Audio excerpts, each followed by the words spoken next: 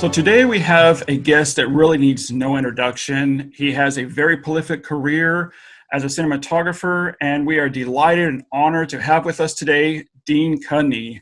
So first, I want to thank you for agreeing to be on the show today. Well, it's my pleasure. I'm always delighted to help folks understand, what I do, but what they can do if they're aspiring to film. So, it's a great pleasure to be talking to you. It's a pleasure talking to you too. As I said, I know you don't have a whole lot of time today, so we're just going to get into it. What were your influences in becoming a cinematographer? Was it a certain director, a movie you saw when you were younger? Yeah, I've wanted to be in film since I was young. Um, I think my interest was peaked when I was about 10 years old. 12 years old, I sort of decided that I wanted to be in film. If you can do that when you're 12, a lot of kids decide they want to be an astronaut or a cowboy or something. I wanted to be in film. And I remember one film that particularly struck me was Disney's 20,000 Leagues Under the Sea. When it came out, I I was very impressed and as a kid by the world that had been created. The fact that they could create this submarine and the adventure and everything, and get us to believe it. And I think that's what it was. It was the sense of magic, the illusion of film and how you could get people to believe something. So as a result, had convinced myself at that early age that I wanted to go into film and be part of the magic. Yeah, Simon and I, my twin brother, we have ever since we can remember, we've always loved filmmaking and the process, and we dived a little bit into the business ourselves. And exactly what you said, it's about the magic of making someone believe this is actually happening right now. Mm-hmm. Yeah. Exactly. So we all know you had done many films with John Carpenter, I believe starting with Halloween. And I've heard in past interviews you've done where now I wasn't sure. Did you actually invent the Steadicam or the Panaglide, or you were just one of the first ones who used it for film? No, I wish I had invented it. But no, I think we were one of the first to use it as a storytelling device. It had been used as a moving camera in a few movies for a shot or two. Mm. Ground Glory. We follow a guy through this crowd of dust people. For Rocky, he runs up the stairs and celebrates. But they were always just sort of embellishment shots. John said that he was completely intrigued by it as a storytelling device. How would you use the camera in a different way to tell the story? So I went to Panavision, who had built their Panaglide version of it, and I just started practicing. They were kind enough to let us wear one and practice around their factory in their parking lot. And it was something that I immediately I took to the fact that here was a way you could move the audience in a way that was not the kind of thing they had seen before. Yeah, they used handheld cameras quite a bit, but handheld cameras are always kind of jerky, and that's not the way we as people see the world. When we walk around, the world of the view is not jerky. Our eyes and our brain and everything make it very smooth. And the idea of the Steadicam was to make it smooth, just like you were witnessing it yourself. And as a result, you could take the audience on this journey through whatever the story was, in a way that was sort of recognizable to them as smooth and mobile. And so it immediately became such a great tool that as we were shooting, John would say, "Well, let's do this one now with the Steadicam," and we expanded the use of it, I think. Okay. Yeah, because it really it had a whole different feel to it. You as a viewer, you felt like you were in those scenes with the characters. And I think it became more real to the audience, which in turn became more scarier to the audience as well. Yeah, So, I think so. You weren't aware of the camera because with handheld, when it's jerky, the sides of the frame are always rugged and with the Steadicam, that sort of distraction disappeared, and you were part of the story and part of the scene. exactly. Now, you've talked a lot before about how crucial lighting was on Halloween, but I've never really heard you talk a lot about one of my favorites, the fog, with not only working with lighting, but working with, I'm not sure if you use fog machines, lighting shadows, balancing out between the lighting and the fog. To me, it kind of sounds like it might have been a nightmare at first to try to get everything coordinated together. Um, uh, Yeah, I have to say that I don't think I've never approached a film as, oh, this is going to be a nightmare. It, in fact, is going to be an adventure, a journey. So it's always a case of saying, what does the story need? What does the director want to do as far as using the camera? How much can I embellish the director's ideas with how to use the camera? Um, and so when we got to the fog, we just said, "Oh, well, we have to do a movie about the fog. How are we going to do it?" And there are fog machines that have been around for decades.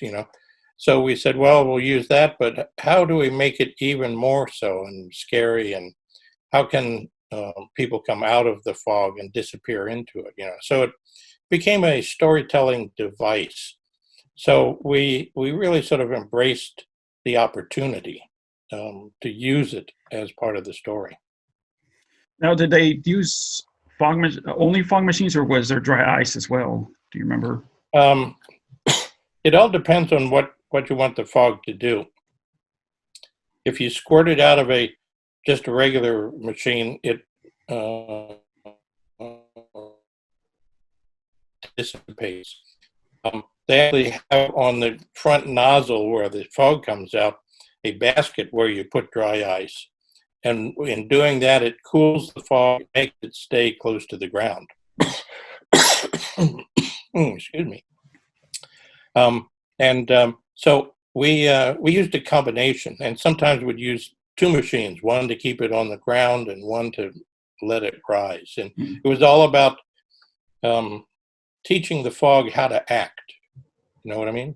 Oh yeah, How to interpret its character. yeah. Which you guys very well succeeded with that. With that, and I know that of course you went on to do The Thing, Big Trouble in Little China, which were both very special effects heavy driven films. I was curious, what were the different challenges between both films, being so vastly different from each other, but yet having so many special effects to work with?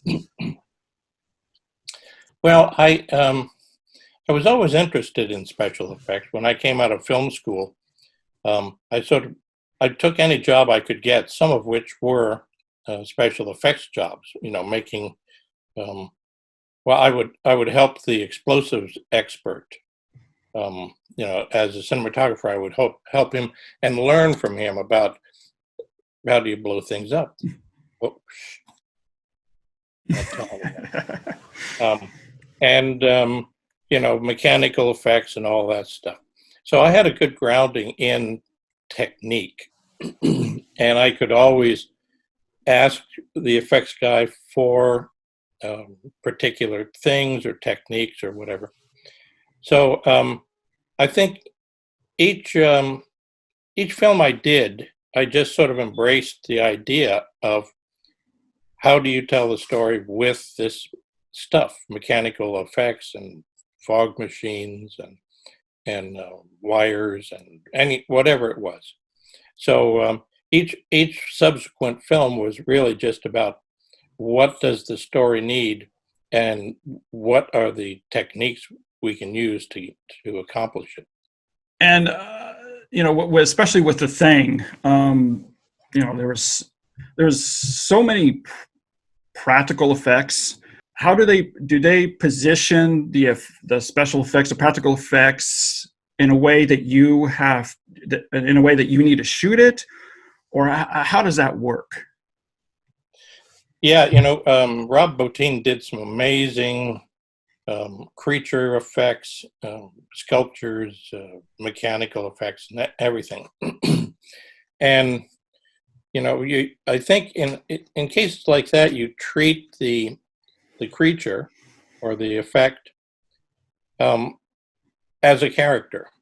Where should it be in the scene, in the film, in the frame? How do you compose so that the background is correct? And then after you've positioned it, you now say, well, how can I light it for the most dramatic effect? And a lot of times you have to foresee what's going to happen in a scene. You have to foresee the shot so that you can say, well, we need some darkness, so let's make sure that all of the scene we shoot before the creature, there's that dark corner over there, or the lighting is very sketchy, or whatever you're going to need eventually, so that the creature shots don't just stick out as being separate. They are, in fact, part of the film, and it's like that for everything. I mean, if you're just working with actors, you always think about where should they be positioned in the set or in the scene for the most effect. Well, you treat the creature just like another one of those actors. Yeah. Now, I've always heard from some cinematographers I've talked to that one of the most trickiest, challenging scenes to shoot is shooting a group of people at a table. And have you found that to be true with the camera positioning and lighting? We have what we call the classic camera direction or scene direction. Which way is a character looking in the frame to tell the audience where he's looking? If he looks from the right to the left, you assume that the person he's talking to is to the left side of the audience. So when you turn around, you have to maintain that direction so the audience doesn't get lost. Who's talking to whom? Well, dinner tables are especially that way because you always have to let the audience know that whoever just spoke is being looked at by the next person in the next cut. And if they look from on the right to left for some people, if they look from left to right to the other people, you have to keep all of the screen direction in mind, and it becomes very, very complex with dinner tables. Once you kind of establish the table, you've got a little flexibility. The audience will know where people are and who they're talking to, but it takes a little while to let the audience feel comfortable with the space that they are in, presumably. Yeah, so basically, you really have to treat it as if you're the audience. You have to put yourself in the audience's shoes. How are they going to look at the movie, at the film? Always, you you have to remember you're always making a film for an audience. You shouldn't be making the film for yourself. If you are, and a lot of new filmmakers, young people and students, they sometimes get caught up in the idea that, well, I'm telling a story that's meaningful to me, and I'm going to make this film for me. Well, um, if you make it only for yourself and the audience doesn't understand it or care about it, then you're not going to have an audience. So films like that, the extreme cases where nobody sees it, why did you even make the film? Why don't you just sit and think about that story in your head? Close your eyes and let the film run in your brain. If you really want an audience to see it, to be involved in the story and the characters, you now have to make a film for an audience. How can they see the story? How do they feel about the characters? Do they understand where they are at any point in the story? In other words, where they're standing, what they're looking at, how they can they see the actor's face when he gets really mad, or does it happen off camera and you don't know it happened? There's a lot of simple, obvious things like that that sometimes get overlooked. So you're always visualizing the movie in your mind. You always have to see it in your mind, and then transfer that onto film or digital media. So an audience sees exactly the same thing. And so do storyboards help a lot with that? They can. I storyboards can be a double-edged sword in that if they're just made by a storyboard artist, and that's occurred on some films I've worked on, they take the script and they hand it to the storyboard artist, or they hand it to, in one case, 10 different storyboards artists, and they each took 1/10 of the script and did their own storyboards. Well, in that case, you've got 10 people making their own movie. If there isn't a lot of input from the director, as far as what each shot should be or how the scene should go, then when you get to actually doing it, sometimes the director will look at these storyboards that were made in a vacuum and say, oh, no, that's not what we're going to do, and throw them away. Other times they can be really good, especially if the director does little thumbnail sketches, even if they're not good at drawing. They at least say, here, I visualize this as a very high, wide shot. We cut down to a close on the girl, and then we cut to the open black doorway behind her, and the director will go through. In that case, the storyboards can be very handy, helping you pre-visualize the film. And it also helps a lot of other people to see the film beforehand, to see what the director wants, to see what the cinematographer wants or is facing. And in that case, the storyboards can be very, very useful. Okay. So now we talked about The Thing a little bit, The Fog, and then you went on to work with Zemeckis on Back to the Future trilogy. But then came, perhaps, when I think about it, it could have been a very challenging film to do with Robert Zemeckis, which is Roger Rabbit. We know the live action and animation has been done before, but I don't believe it's ever been done to that extent, up to that level before. Did you have to relearn a whole new process of how you work to shoot Roger Rabbit? Well, no, not so much relearning. I was interested in animation since I was, a kid, 10, 12 years old. And I was fascinated not with just the stories, but how did they do it? How did they get those drawings to move? How did they get so much heart in the environments and stuff? So I read everything I could as a kid. I saw every Disney movie. I read every animation book that came out. I still have a sizable collection of my early books.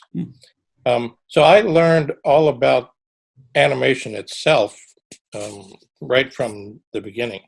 And I was very, very familiar with it, so that when Bob Zemeckis came to me and said, well, how about this? how about a movie that is animation and live action compositing? And I said, yep, that's absolutely what we want to do. And I'd seen the efforts that Disney had done before and other people had done before, Pete's Dragon and Mary Poppins and so forth. And so we decided we were going to take it to the next level, to the next step past what had been done before. We were going to combine the animation and live action in new ways with handling objects in the real world and the camera moving and going in and out of light and shadow and a lot of techniques that we had been told you couldn't do. We said, well, those are the techniques we're going to use. And as a result, we were able to very carefully, as we went along, invent techniques and storytelling. And it's always been one of my favorite films I've worked on. When people ask, I say, well, there are 3 films that I look back on, fondly as being a great step in my creative endeavors. Back to the Future trilogy, Jurassic Park, and Roger Rabbit. And Roger's one of the top ones. Yeah, it was such an accomplishment, especially back then. I believe it came out in '88, and no one's ever seen a movie like that before. Like you said, we've seen Pete's Dragon, we've seen Mary Poppins, but we never saw a live action combined with animation where, like you said, the camera moves through the movie. It's shot like it is like a live action movie. Is that how you shot it? Just like a live action movie, or yeah? If Bob and I discussed how we wanted to do it to make it unique, and it was, the guideline was always, if these characters really existed in our world, how would we shoot the movie? Where would we put the camera? Would we pan with them? Would we dolly? Would we, exactly what would be the best way to tell the story if the characters were real? And then how do we accomplish that with them being animated and added in after the fact? So, yeah, we very much said, how can we do this in a way that is different and unique, but for a good purpose? And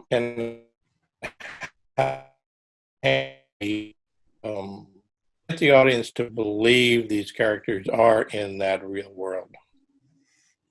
yeah.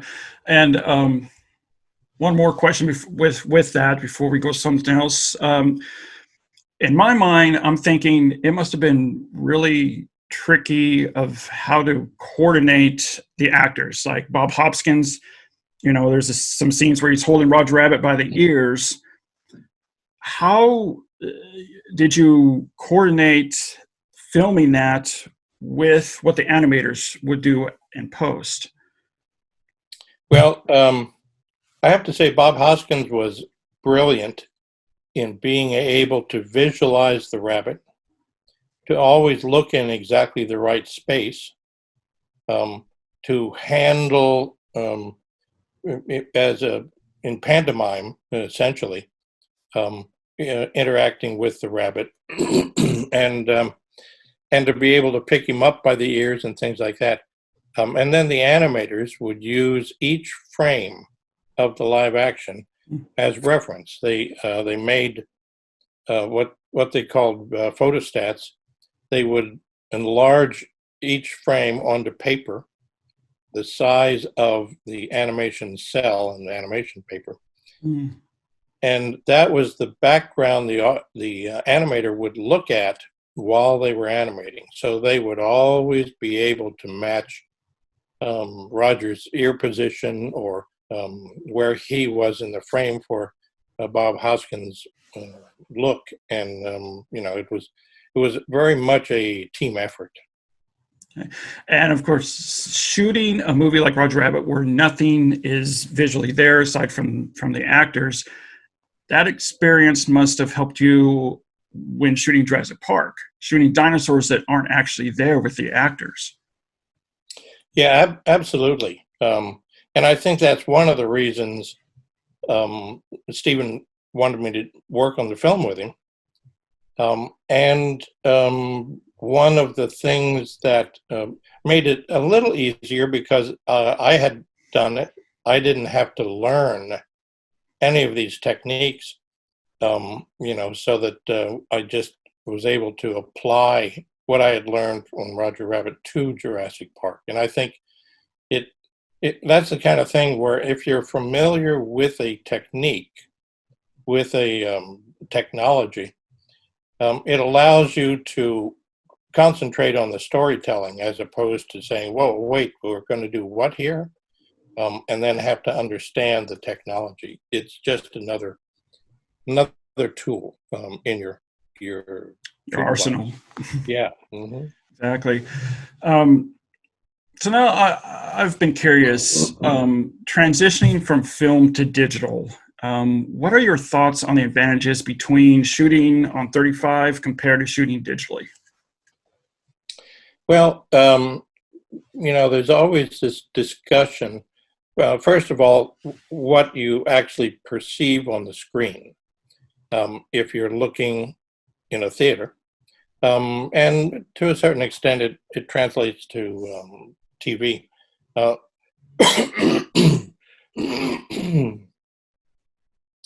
as an audience, we've grown up with certain perceptions of the image that we see.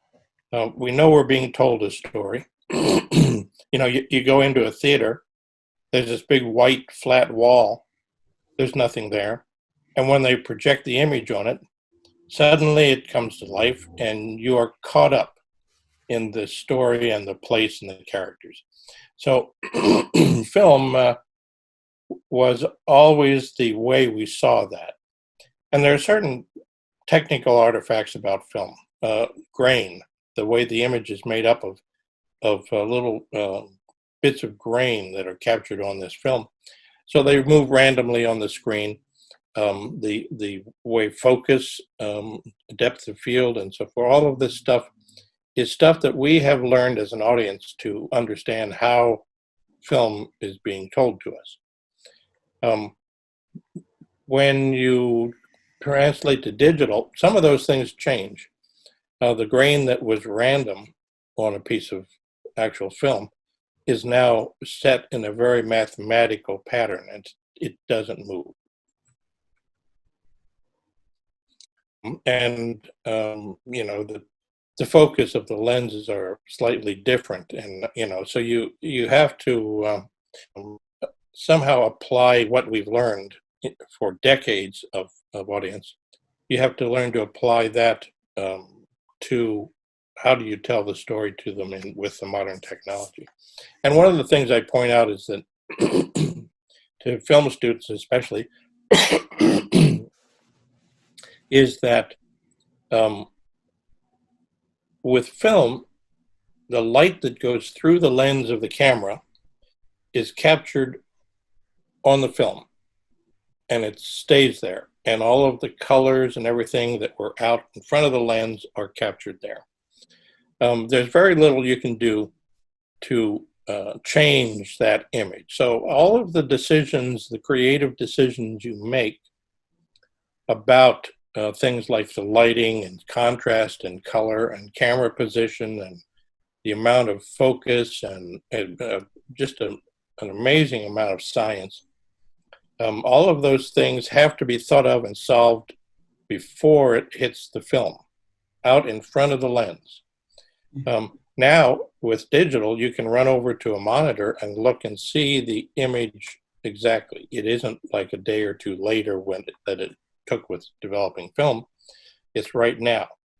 And there's an awful lot of control that you have over the image. You can desaturate the colors. You can make the colors brighter. You can darken certain areas of the frame. There's all kinds of image control that you can exert. And so I enjoy the digital world because of that creative control that it gives you. it's a you know, a lot of people sort of look back fondly at film, which I do because the images were very warm and storytelling. Um, it's the trick is trying to accomplish that same look with the digital technology, and it's it's a challenge, but it's also some more tools that we have. Yeah, I tell you, for me, and I know a lot of others, that there's nothing like seeing the film grain from someone shot on 35 on film. And I know that a lot of directors like Spielberg, Christopher Nolan, they love shooting on film because it has that warmth and realism to the texture of the film. Yeah, it's often described as being more organic, Yeah. but it's sometimes hard to maintain the technology. You have to take effort as they do. And I applaud them for doing their best to maintain that kind of image quality. So now this next question intrigues me, having a filmmaker mindset, and the question might be a little bit technical. So I actually wrote it down here, so I wouldn't miss what I wanted to ask. With the move to full frame camera sensors like the Arri Alexa LF and the Red Monstro, do you have an opinion on whether you would use a lens that's 4 times longer than you would with Super 35, or would you use the same focal length and just move the camera closer to the subject to compensate? Or does it depend on the type of lenses you're using? Yeah, that's a good and very technical Yeah. question. I think that cinematography and storytelling with film has always been a very technical process. You look at the early films that were just in black and white hand cranked cameras, and you look how far we've come. It's always new technology and advances and presumably advances. But to me, it's always about the story and the storytelling. And so when it gets to full frame cameras and lenses, you say, well, what should this shot be? Is it shallow depth of field? Do I want the black background to be blurred so the audience isn't looking at that? Or do I want it very sharp all the way back so the audience is involved with the character? Those are the minuscule amount of decision making that you do when you're deciding. So it's always about understanding how the technology varies your image. Does it give you a lot of sharp focus? Does it decrease the amount of focus and you want to increase it? So you're always chasing the tail of technology in order to understand how to use it, how to modify it, for your storytelling. Yeah. So, and I guess it would also depend exactly the scene you're shooting, what the director wants, what the cinematographer wants, how you want the audience to view that scene. All those come into a factor on set. Absolutely. Yeah. And, to a certain extent, you can pre-visualize a scene. You read it and you think about what it should look like.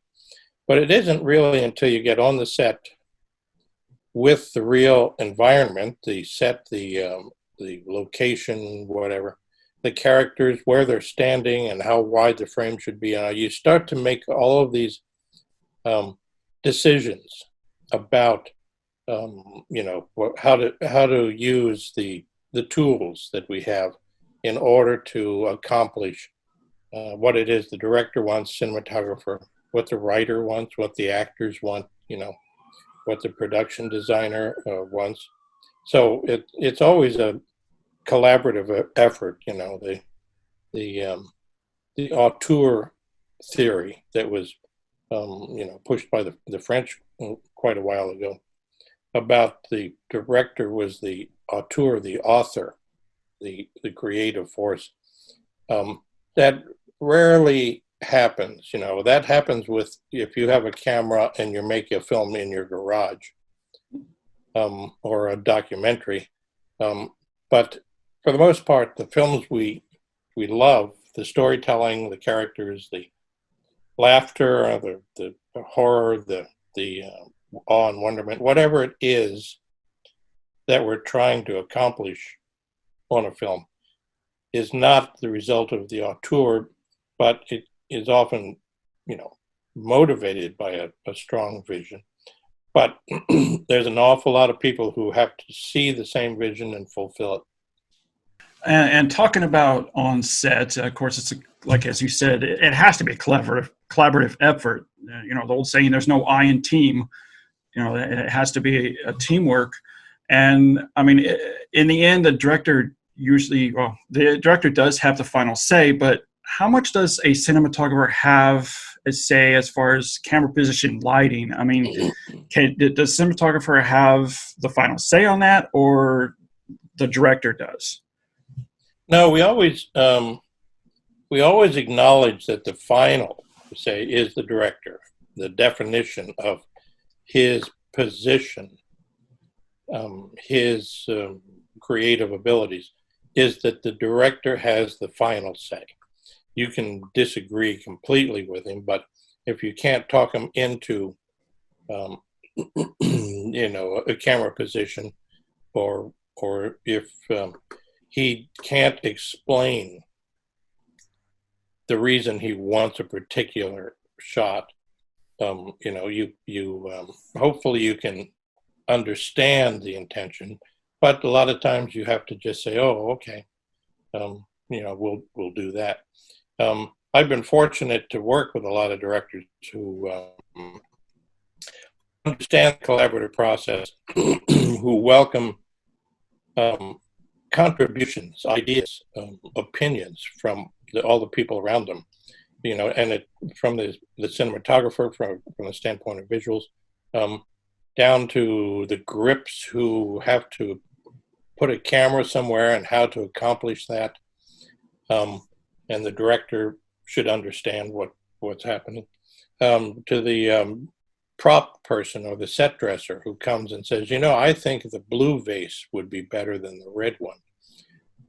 And the director says, why? Well, it won't draw your eye to the vase instead of to the camera. Oh, yeah, I hadn't thought of that. Okay, good. Let's use the blue one. Everybody can contribute, and you try to elicit those opinions as contributions, so that people feel involved, as opposed to being told, no, you listen to me. I'm telling you that. In a case like that, many of them will say, "Oh, okay, fine. I'll just sit back and wait till he tells me." Yeah. You never want to be a dictator on set. No. Yeah. No, our time is almost up here, but two more questions I want to ask is, can you tell us what projects you have working on now? Well, obviously, at this particular moment in our history, everything is shut down. So we all sit anxiously waiting to get out and create again. I have friends who have been putting together a couple of films, and I have to say I've recently gotten interested in working on so-called smaller films, because the big ones, the superhero movies and the fantasies and all, you're just a sort of a cog in the wheel, a piece in the jigsaw puzzle, if you catch my alliterative drift. And so much of the work is done by the second unit and the third unit and the visual effects people and all.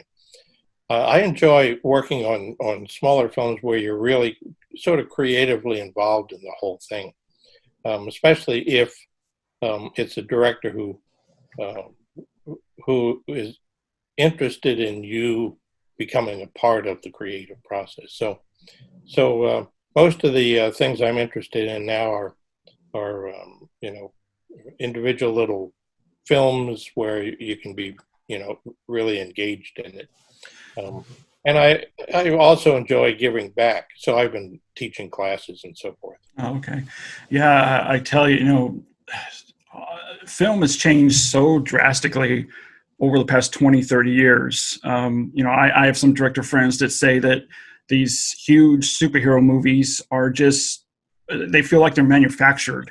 They're not, No, you look at the sources of them, and they are, um, very obscure video games and comic books, and it's not like I often advise film students to go back and look at old films from the 30s and 40s, because they didn't have all of the technology and the techniques, and they didn't have the audience didn't know from comic books and video games and things like that.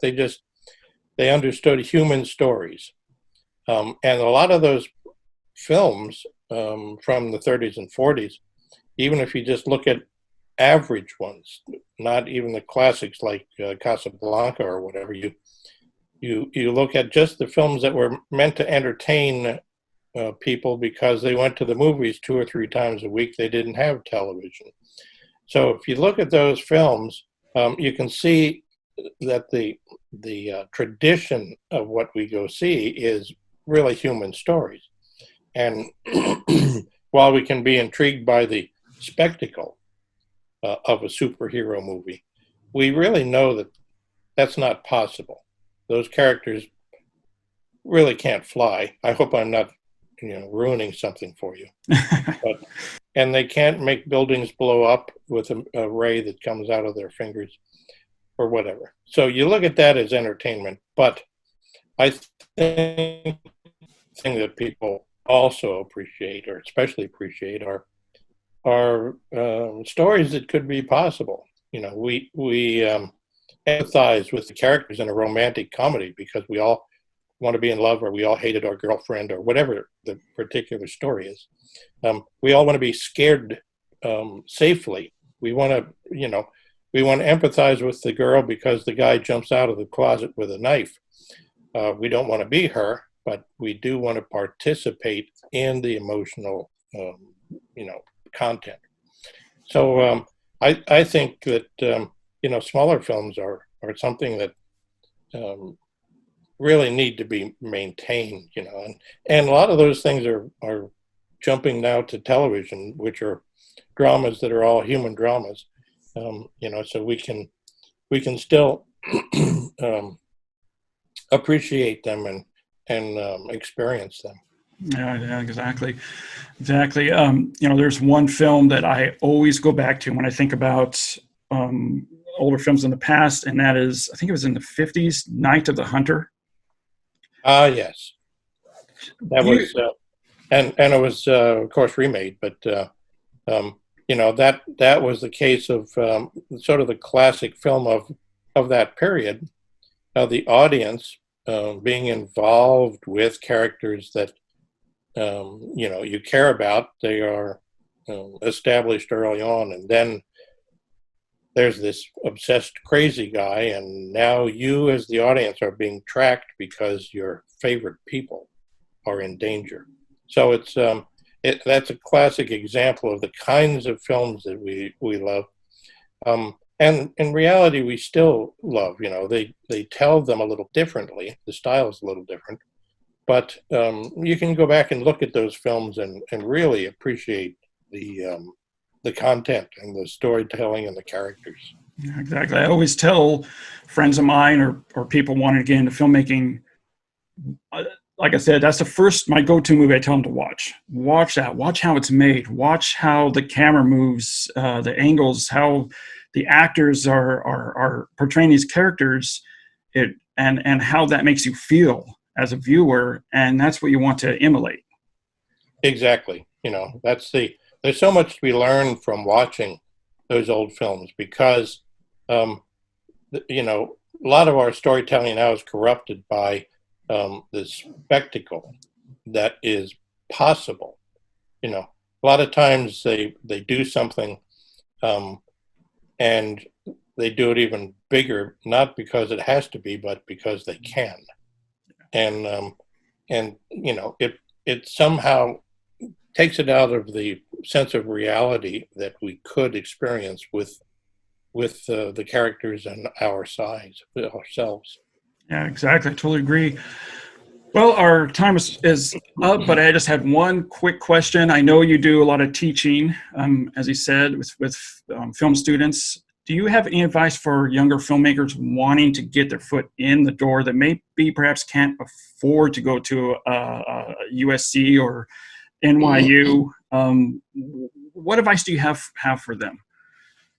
Well, film schools I think are very good. I went to UCLA, graduated, um, and it's a it's a chance to experience everything because they make you take editing, they make you write a script, they make you do all of these things, and even if you don't do any of them particularly well, you want to, you know, if you want to be an editor, you don't have to necessarily write a screenplay, but it's good to understand story, etc.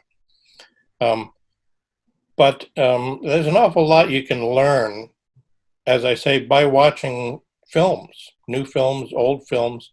I advise them to watch any film, one you love, one that's, you know, an old one that may not be very good, and turn off the sound and say, do I understand what is happening? What's happening to the character? What's the story?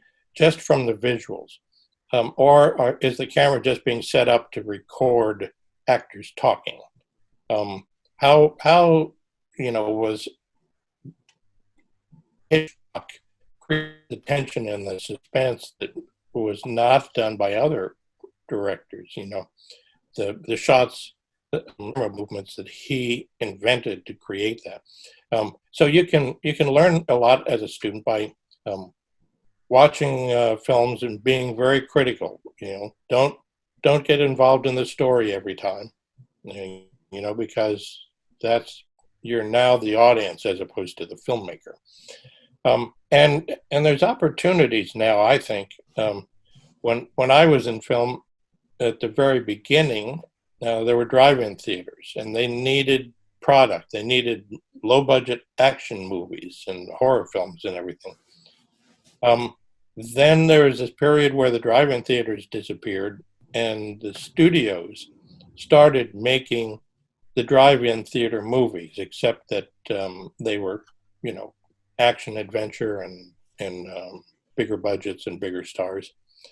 And then, you know, now the drive-in theater has returned. It is now in your living room. It is that big screen television that you sit down and watch. And, you know, we all like it because we can pause the movie and go get a drink of water or to the bathroom or whatever, and then come back and resume it. So there's that whole new market. And there's the ability for young filmmakers to get a video camera. Yeah, temptation is to use your phone, but you know, the lens is fixed and it's very wide, and it automatically does everything for you. So don't be tempted to say, "Oh, I got my phone, I'll make a film."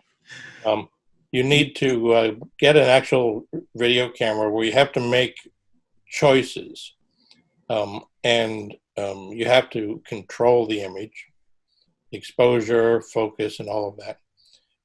And you can make a film or short film or tests, whatever you would want to call them. And there are places now to exhibit your movie that wouldn't have been possible when I was starting. If we'd have to make an actual movie to have it in a drive-in theater. Now there's YouTube.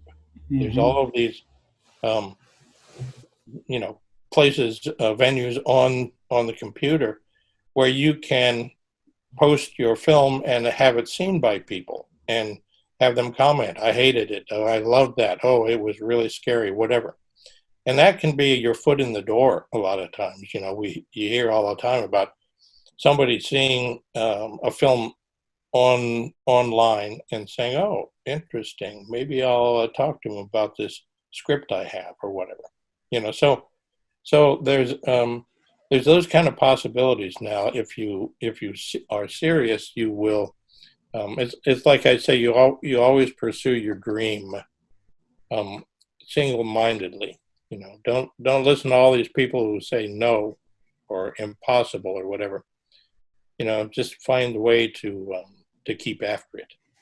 Yeah, exactly. I agree. And like, when I first started, I started with a camera. I learned, I didn't use the automatic settings. Like I said, use the manual settings, learn exposure, learn Exactly. the lens and so forth. And then I graduated to a video camera, and again, turned off the automatic and did manual. And that's how, to me, like you said, that's the best way to learn how to move a camera, how to handle a camera, how to operate a camera. And as you said, the technology has come so far. You can edit a movie on your laptop now, and Exactly. have it seen. And so I always tell people, just learn how to edit, learn how to use a camera, and go out there and start making a movie. And Exactly. that's the best way to learn. And if you have the skill, the learning ability, or the talent, it will become evident.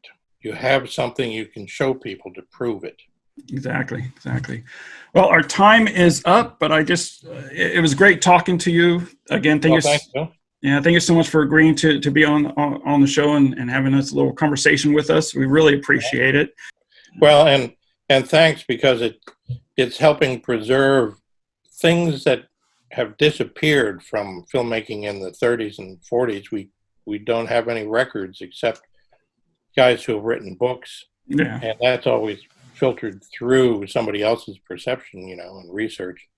So I very much appreciate your efforts to kind of document people, even if it's one at a time. Yeah. Keep film alive.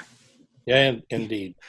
Okay. Well, yeah. Say hi to your wife for me. I will. Yeah, I've been conversing with her on email. She's been great.